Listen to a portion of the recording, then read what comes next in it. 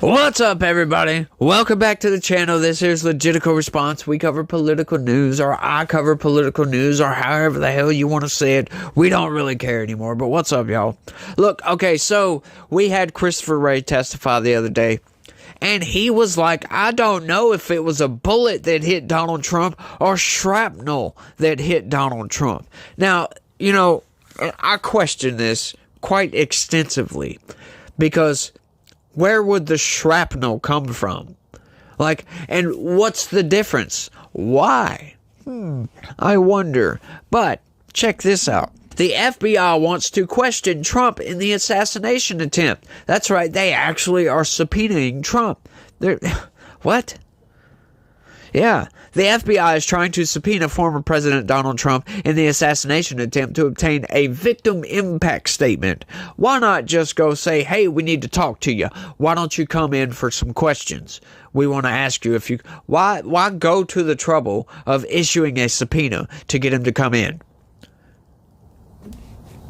But, you know, hey, that's standard protocol, right? A standard part of the investigation, because he is the victim of a crime, a U.S. official said. CNN quoted a U.S. official as saying so. Yeah, you love how they do that.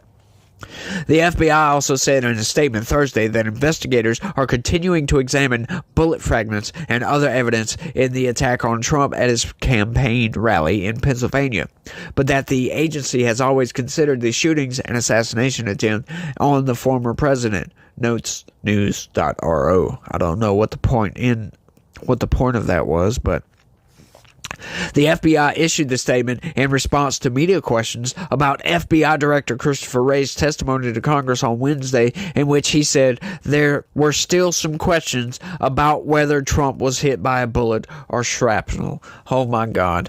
Why? What does it matter, by the way? Once again, I just love that. Like, because the guy was shooting at Trump, a person got killed, other people were injured. Okay, his ear was hit. Okay, so we know that an assassin was trying to kill him. What does it matter, by the way? Right? You got to think about that, because you got insane leftists on Twitter saying, oh, it was glass fragments from something. Like, let's go ahead and get rid of physics here, because where's the glass going to come from? There was no glass around him.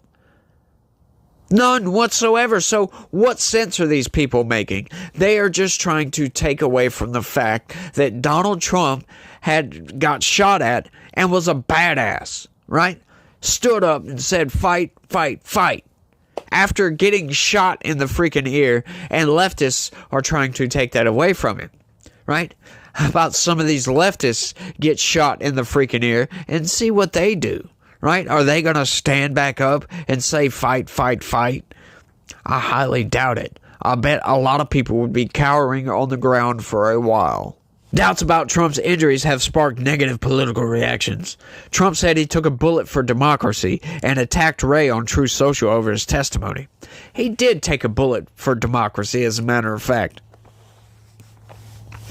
There was no glass. There was no shrapnel. The hospital called it a bullet. It was a beautiful bullet, by the way. The hospital called it a bullet wound to the ear, and that was it. No wonder the once famous FBI has lost America's trust, Trump commented. Whoever believes this shitty conspiracy is mentally deficient. Yeah, that's right. I said the same thing. His campaign team also rejected any suggestion to the contrary. Anyone who believes this crappy conspiracy is either mentally deficient or is deliberately spreading lies for political reasons, Trump advisor Stephen Chung told CNN.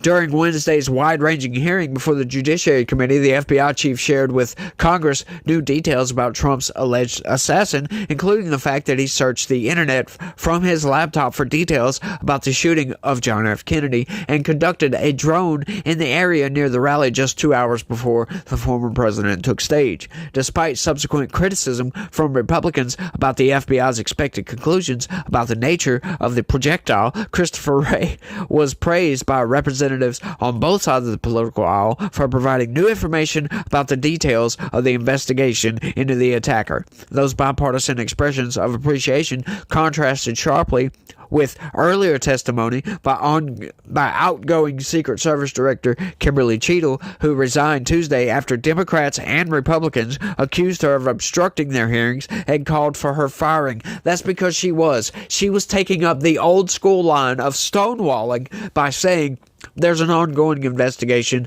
and it is policy for us not to discuss ongoing investigations with anybody except the investigators. That's their cop-out plea. That's what they do when they don't want to talk, and they do that all the time. And I wish there was some sort of way that we could compel these people to force them to talk, right? They'll go in a skiff, but that's all confidential, right? A secured area. They can't talk about that stuff with the public, but the public wants to know. We really do want to know, and I don't see how that's going to hurt an investigation to tell Congress what's going on with this investigation. As a matter of fact, Christopher Wray was being very open. When these people sit in front of Congress, like I said, they stonewall constantly. It's like, why are y'all even there? What is the point of testifying if you're not going to freaking say anything? It's aggravating. Asked Wednesday about how close the assassin's bullet came to killing the former president, Wray said, "From what I understand, either the bullet or shrapnel grazed his ear." He then agreed that the bullet came very close to killing the former president. Yes, I would say that is very close. Very, very close. He dodged a bullet literally on that. If he hadn't turned his head, you're just wondering. I've heard people discuss this, but you gotta wonder what would have really happened if Trump would have actually been killed. A lot of people say, oh, it'd have been civil war. I don't know if I believe that. I don't know if I buy into that. It would have been crazy, I could tell you that, but I don't know if we would have actually went to war over it, for God's sakes. Might have been a political civil war, sure. But I just don't understand all this idle speculation. The top prosecutor in the country, the top law enforcement officer, was idly speculating on whether it was a bullet or shrapnel that hit Trump's ear. That's just outright insane. He is fueling those conspiracy theories on the left. That is exactly what he's doing. And I believe it's intentional because he knows what those conspiracy theories are. And why else would he do that? Right? Like, what would be the point? What really would be the point of speculating? Oh, well, we don't know if it's actually a bullet, y'all. Even though the guy was firing bullets, he fired 8 freaking shots. Right? It's just utter insanity, if you ask me. But I got this other story right quick. We've been hearing the left since it happened. Oh, he was a registered Republican. Oh, Republican on Republican crime. Like, blah, blah, blah, blah, blah, right? Check this out, y'all. Trump shooter Thomas Crook's likely social media account he used to support Biden found. Huh?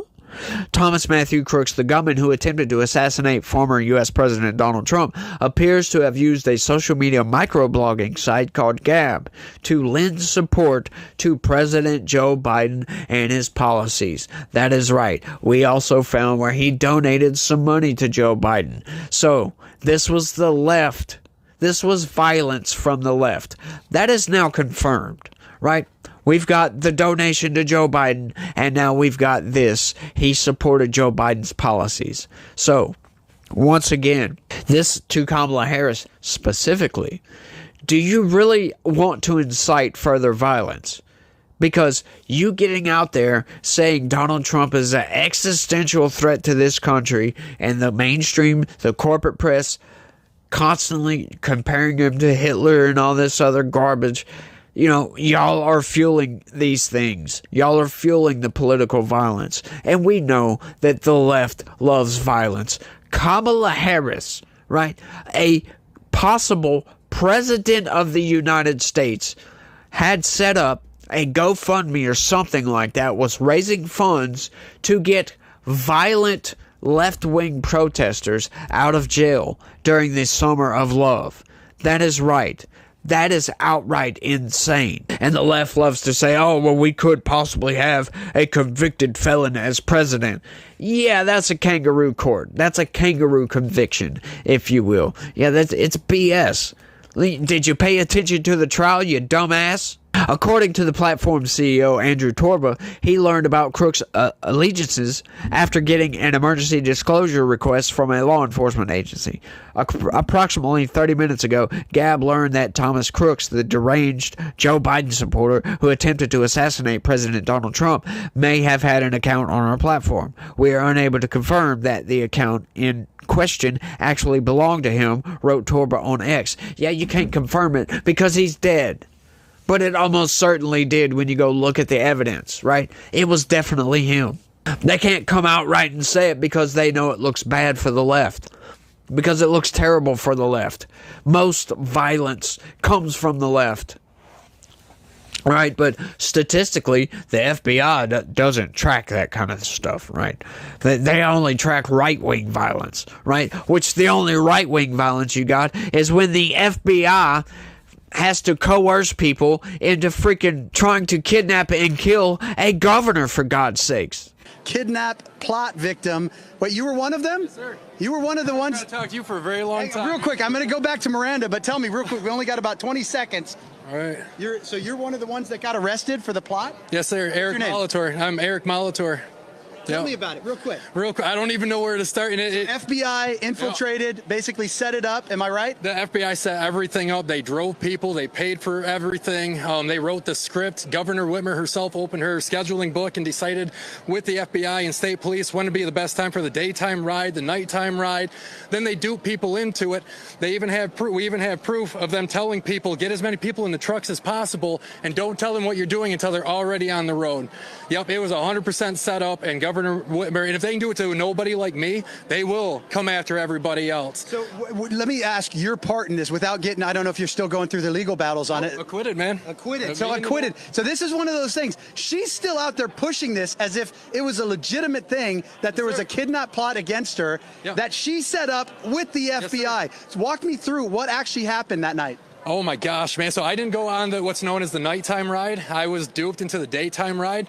And oh my gosh, again, there's so much that goes into it. Anyways, I had set up a civil defense force for my area in Wexford, Cadillac City, because Antifa and BLM was coming up there. Through this process, I had met Adam Fox, who lived down here in Grand Rapids, actually. After a while, he got me a job in private security, which was really awesome. I thought this dude was really, really cool. And he actually is a good guy, by the way. The FBI, the government has lied about this man who's still in prison. Anyways, got a hold of me and asked me if I wanted to go for a ride. I asked, yeah, you know, what do you have in mind? I'm thinking it's this good guy shit that we got going on. Oh, sorry, I'm so sorry. That's okay. But good guy stuff that we had going on, you know, looking for these vans that the police were telling us, you know, yeah, they're coming. This is what they're driving. Anyways, so that's what I thought we were doing. Nothing was said about Governor Whitmer or anything like that. So anyways, we get him and Dan Chappell, the original FBI informant there, another lying person right there. He came up to pick me up, so him and Adam Fox. We get all the way up to Elk Rapids, which was an hour away from my house. Nothing was talked about. It was a truck with 3 men. We talked about women, alcohol, guns, like Americans do, you know.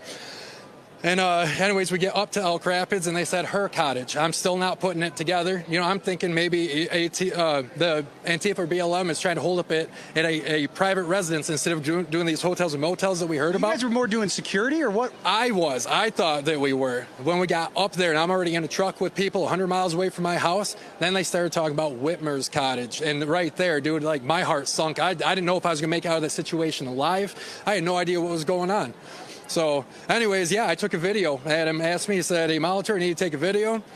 So we drove by her place, and on his phone, I took a video, and that's how I got the material support for terrorism. And because I had my side piece on me, like I always did, that was the felony firearm. Wow. Yeah, that was really nice of them. The government, that's what I'm talking about. So anyways, so that's how I got wrapped into it. And then nothing happened after that. I'm like, well, if this was serious, they'd be talking more, there'd be a whole group. I didn't know about all the other guys. I went in a truck with 2 people, man. So I don't know what the heck is going on, you know what I mean? So anyways, I didn't say anything. Why am I going to tell on crazy people what seemed like crazy talk? It didn't make sense. So anyways, then I got raided during a family get-together.